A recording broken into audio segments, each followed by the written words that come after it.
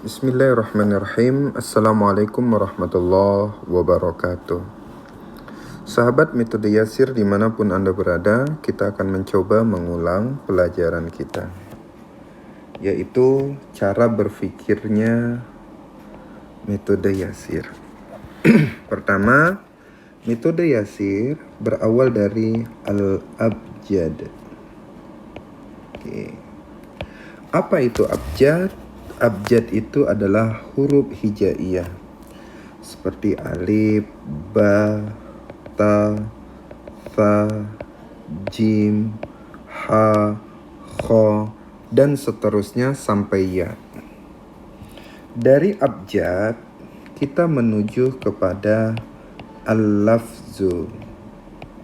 Apa itu lafaz? Lafaz itu adalah kumpulan dari beberapa abjad. Contoh umpamanya ba ketemu dengan ya ketemu dengan ta, bacanya menjadi baitun. Baitun selama dia diucapkan itu namanya lafaz. Contoh lagi za ha ba, digabungkan itu namanya lafaz. Jadi kumpulan abjad za, ha, ba itu namanya lafaz. Berikutnya umpamanya lagi hamzah, lam, ya, bacanya ila. Ini namanya al-lafzu. Kumpulan dari hamzah, lam, dan ya. Berikutnya mim, ha, mim, dal. Bacaannya Muhammadun. Ini namanya adalah lafaz.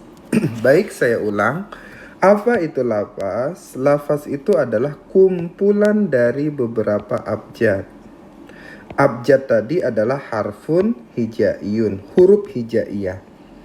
Lafaz abjad ba digabung dengan ya, digabung dengan ta, diucapkan menjadi baitun, itu namanya lafaz.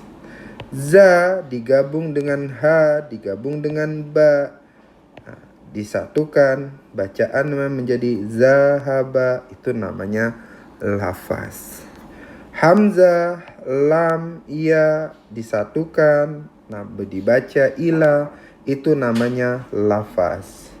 Mim, ha, mim, ada tasydid, kemudian ada dal, disatukan menjadi satu lafaz. Itu namanya lafaz.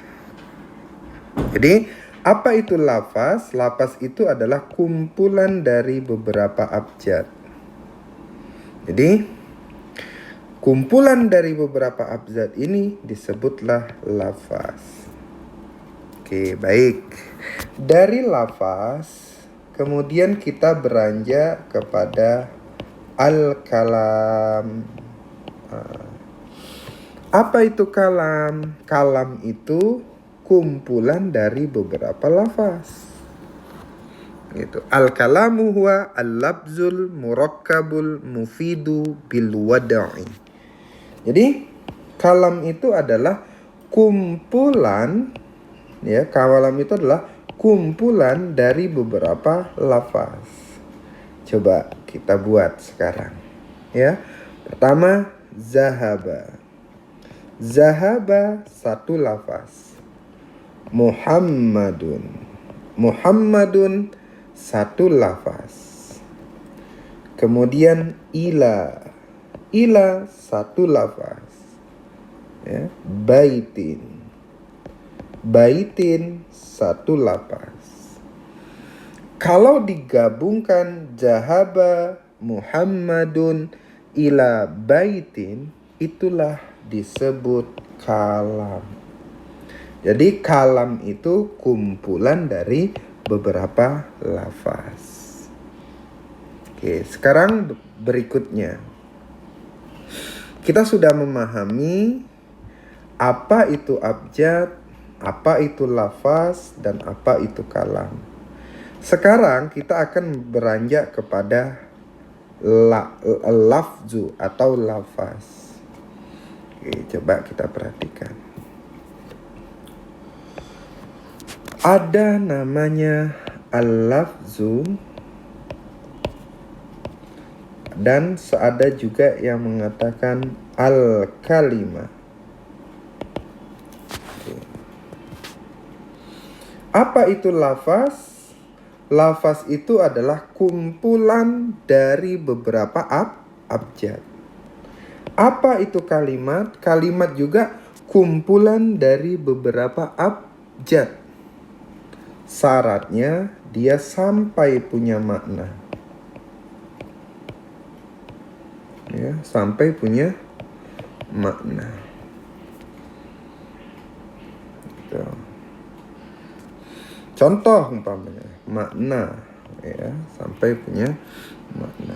Contoh kemudian kumpulan ha ha ha. Jadi ha ha ha, hi hi hi. Ha ini selama dia diucapkan itu masuklah dia pada lafaz.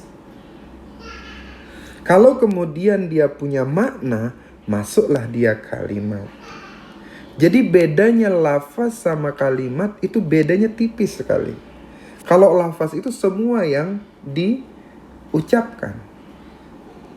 Umpamanya lagi ja ha ja ha. Punya makna tidak? Kalau jaha jaha jaha dia diucapkan itu namanya lafaz tetap. Tapi punya makna tidak. Jadi kalau dia tidak punya makna, ya berarti dia tidak masuk unsur pada al-kalimah. Ya. Tapi kalau dia punya makna, berarti dia masuk unsurnya unsur al-kalimah. Atau dalam bahasa Arab, dalam bahasa Indonesia sering disebut kata. Kalau lafaz semua yang diucapkan. Walaupun dia tidak punya makna, tapi kalau itu diucapkan, dia masuknya adalah lafaz. Jadi dia mirip-mirip nih. Ya, al-lafaz sama kalimat. Ya. Jadi semua kalimat ya akan dia bisa dipahami orang. Semua kata akan bisa dipahami orang yang mendengar apabila dilafazkan. Saya mau makan. Nah, nih, saya ucapkan kata saya. Dia termasuk lafaz atau termasuk kalimat? Dua-duanya. Dia masuk lafaz karena diucapkan, dia masuk kalimat karena punya makna. Gitu. Nah, jadi bedanya lafaz sama kalimat kurang lebih seperti itu. Oke. Sekarang kita masuk pada al-kalimah. Unsur kalimat ini dia dibagi menjadi 3. Ada namanya al-ismu atau sering disebut isim, ada disebut fi'il, ada disebut huruf. Ada isim, ada fi'il, ada huruf. Apa itu isim? Isim itu adalah yang menunjukkan makna. Ya, apa saja yang menunjukkan makna tapi tidak berkaitan dengan waktu. Mau kata benda, kata sifat, ya, nama orang, nah itu termasuk isim. Karena dia tidak berkaitan dengan waktu. Apabila makna tersebut, kata tersebut berkaitan dengan waktu, maka disebut namanya fi'il. Contoh, pamannya, telah pergi, sedang makan. Nah, telah pergi, sedang makan, karena ada kaitannya dengan waktu, maka dia masuknya pada fi'il. Huruf sendiri dia tidak bisa dimaknai berdiri sendiri kecuali dengan kata yang lain. Jadi huruf ini bisa dipahami dengan kata yang lain. Contoh umpamanya, bi artinya dengan. Dengan apa? Dengan siapa? Ka artinya seperti. Seperti apa? Seperti siapa? Nah, jadi dia bisa dimaknai, dia bisa tahu maknanya kalau ada kata setelahnya. Ya, jika ada kata setelahnya, barulah kita bisa memaknai. Dalam metode Yasir ini, ya, untuk memahami isim, untuk memahami fiil, untuk memahami huruf, ya, akan dibantu dengan kata Yasir. Kata Yasir, kolom 1 sampai 20. Coba sekarang kita perhatikan kolom 1 sampai 20. Dibuka bukunya halaman 3. Kata Yasir. Kolom 1 yaitu kana wa akhwatuha. Coba perhatikan. Nah, kana wa akhwatuha. Nah, yang biasa mondok biasanya sudah populer dengan hal ini. Nah, untuk menghafalnya kita akan nyanyikan. Nah, kurang lebih lagunya seperti ini. Kana adalah, kana menjadi, zola menjadi, bata menjadi, bata bermalam, soro menjadi, laisa tidak, laisa bukan, adha menjadi, asbaha menjadi, amsa menjadi, madama selagi, adha menjadi, asbaha menjadi, amsa menjadi, majalah selalu. Nah, itu masuk pada kolom 1. Sekarang kolom 2-nya. Coba perhatikan, ya. Inna wa akhwatuha.